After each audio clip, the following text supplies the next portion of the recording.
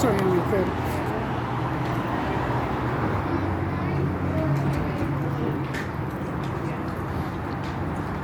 Please welcome to the podium U.S. Army Sergeant John Wall, who will be honoring Private Curtis Wooten III.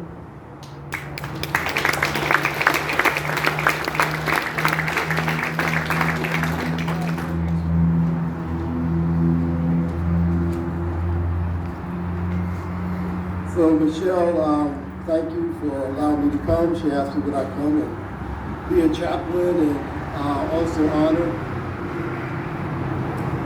Private Wooten. I did his funeral after he passed away. So I just want to read just a piece of scripture, and it kind of shows what Memorial Day is about and what we are about as veterans.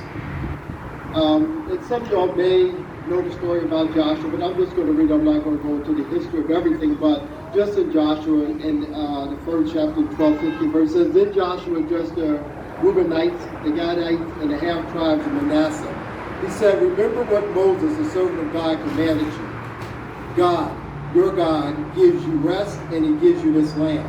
Your wives, your children, your livestock can stay here east of the Jordan, the country Moses gave you. But you, those soldiers all, must cross the river in battle formation, leading your brothers, helping them until God, your God, gives your brothers a place of rest, just as he has done for you. They also will take possession of the land that God, your God, has given them. Then you will be free to return to your possessions given to you by Moses, the servant of God, across the Jordan to the east. The reason why I wanted to share that with you, because that is the nature of who we are as American servicemen and women, and those that are passed away, giving their lives for this country. The background of the story is basically that God promised the children of Israel land on the Jordan, but there was two tribes that could stay on the east of the Jordan. But he said, look, you can stay there, but your soldiers have to go in front, and they have to help everybody else secure their freedoms too. We, as Americans, and American servicemen and women, and those that passed away, we live in basic freedom. We are people that are on welfare, are wealthier than most of the world.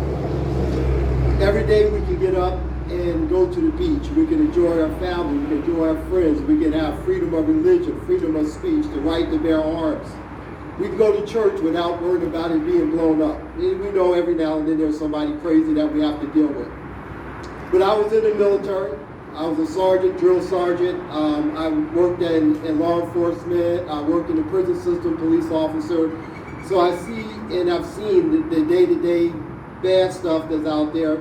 Now I work in social work. I pastored a church for 20 years.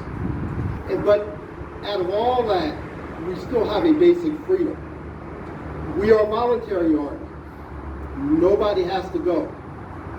And just like here, they left their freedom, they left their comfort, and they took up the vanguard. They were in front to go help secure the freedom of the rest of the tribes.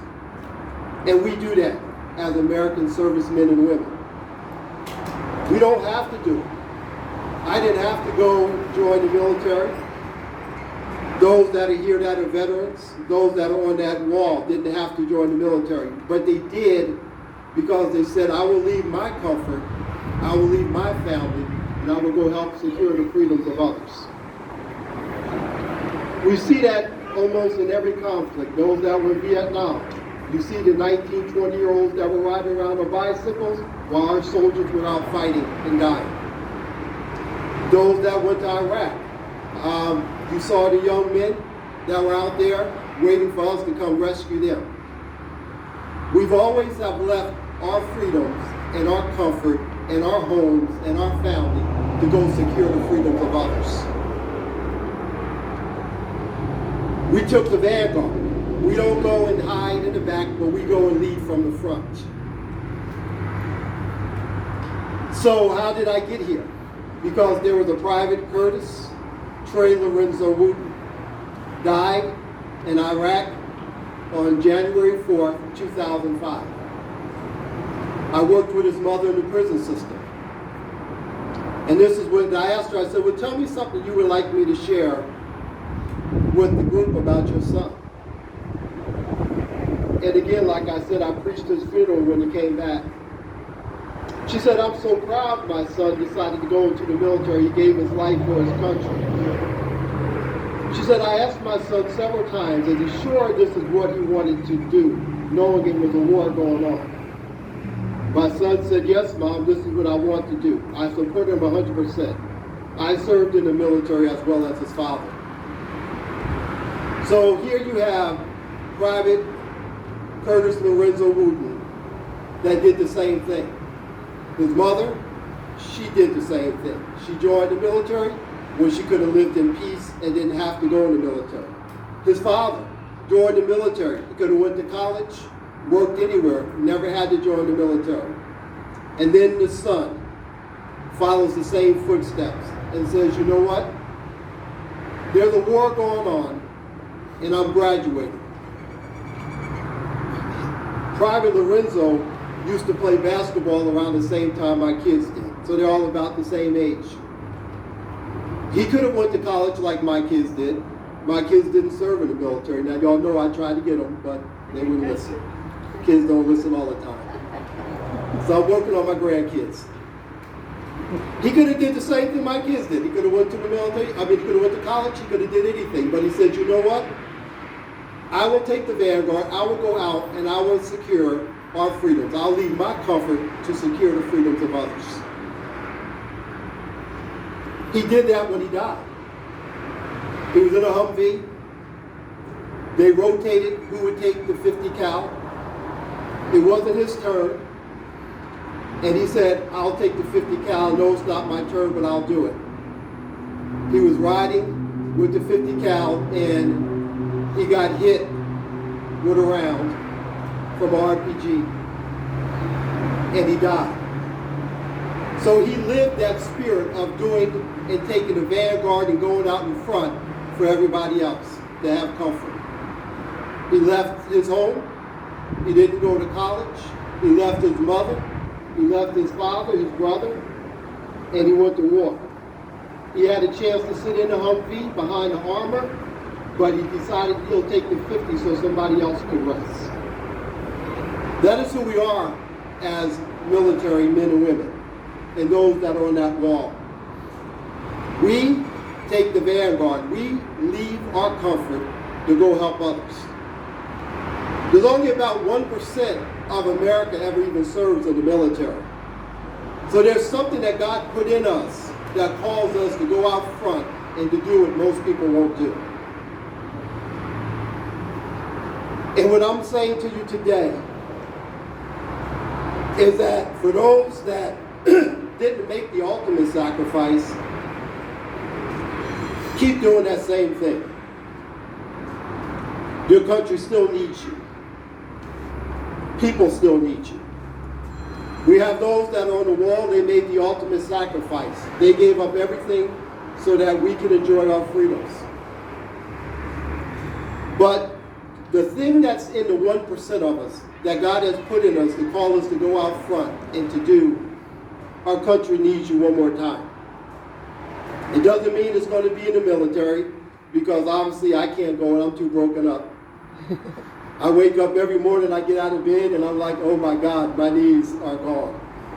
Somebody said, do you miss it? I said, yeah, but I couldn't go back in there. I said, I'm broken. Everything's messed up on me. But how else can your country use you? Like I said, I served in law enforcement. Now I work in human services, and then my wife and I, we're running ministries to help put marriages back together for people that are suffering from trauma. There's a couple examples, and I'm going to close with a couple examples how you can still be used. U.S. Marine Corps veteran Jake Woods and William McNulty, they started not even a ministry, just kind of a outreach to helping those that were in Haiti that were hurting. And they just started with a team of 4. Then they picked up 4 more who were self-deploying. By the end of 18 days heading to Haiti to help people out, they had 60 individuals that wanted to work with them, and they treated over 3,000 Haitians. And then 3 years later, they said, well, wait a minute, we have more than just people overseas that need help, but we have people other places and other areas that need help. We have people that are suffering from PTSD and soldiers all over the world that need help. And now their organization has over 12,000 volunteers that are helping work with veterans and people in crisis from the United States and to other countries. You have another service organization called Text for Troops, and they provide refurbished computers helping veterans that need training so that when they get out the military, that they can find jobs using technical skills. Then you have a veterans group, the Warriors Reunion Foundation, and it was created by 2 Marines. Reuniting, and what they do is they reunite people that have served together in war to help them with their PTSD. The thing that God has put in us to serve, to sacrifice, to put others before ourselves is still in you. And I'm just asking for those of us that have served and didn't give the ultimate sacrifice, find out how else you can be used. Don't give up the call, it's still there. Your neighbors need you. Your co-workers need you. There's other veterans that need you. Those that made it through without PTSD, those that have PTSD need you. Go to the Veterans Hospital. Find out how can you volunteer. Those that have strong families, strong marriages. Maybe you made it through the hardships of war and you and your wife are doing well. There's marriages that are falling apart because they're not doing so well. Find out how you can help. We have young women that are being hunted during Super Bowl season, from sex-addicted men that are raping these young girls. How can you help these young girls? Our female veterans, how can you help these young ladies? Strip clubs and sexual addiction and full of young women that are being abused. How can you young ladies that are veterans go out there and help them? Drug addiction and alcohol addiction that are affecting our vets, how can we help them? You have it in you to reach out and to help those that are hurting. Because that's who you are. You were born to do that. Only 1% of us serve. Only 1% of us have that heart to put others behind. My wife would tell you, everything I've done, I've always done. I've never just sought out millions. I've always tried to be a crusader. She said when she married me, you're just a crusader. Because there's something about me that hurting people hurts me. I only volunteered to go to war once. I missed the Iraq war because it was over too quick. We were next in line to go. But I volunteered to go to Africa because I kept seeing these kids that the warlords were taking their food and using it to feed their warlords. And I was like, you know what? I volunteer. I want to go. So I told my commander, I said, I want to go. He said, our unit ain't going. I said, how can I go? He said, well, let me help you. He said, we'll write a letter to the White House. My commander wrote a letter to the White House. It was a special operations mission, so they didn't take me. I got a nice little letter from the colonel saying, thank you, but no thank you. You ain't special operations. I see special forces. We don't want you. Go get some airborne wings and special forces. Maybe you can come the next one. I'll take it now. Yeah, they take it now, right? That was the only time I ever volunteered. They told me I was going to one war and it was over too quick, but the only time I volunteered because there's something about me, something in me that's in all of us that volunteered to go that says, we'll go out there and help those that are hurting. We'll put our life on the line for those that are hurting. And I'm saying you're not too old. You're not too broken. Don't look at the world around us. Don't look at the politics. Just like we did in the military, we didn't look at the politics. We looked at our brothers next to us, our sisters next to us. Just look at your neighbors next to you. Don't worry about the politics. The politicians are going to come and go. We give respect to all our politicians, but they're going to come and go, right? Some are going to be voted in, some are going to be voted out, some are going to die, unfortunately. But, time moves on. The country's going to keep moving on. We have a great country. But they can only do so much from office. We do the best work on the ground by taking care of those that are next door to us. Look for the broken marriages and say, hey, you know what, veteran? My marriage, we went through it, we made it, let me show you what we can do. Let me take you to AA. Let me take you to Celebrate Recovery. Let me help you overcome those things that are hurting you. Don't give up the call. You got that call in you. It was in you when you walked down there to the recruiter's office and signed up. is still in you today. Don't let the traumas of life take that call from you. Let somebody help you get through your traumas, and then you go help somebody else get through their traumas. Thank you for allowing me to share a few minutes about private whooping, and thank you for allowing me to address you for a few minutes. God bless you.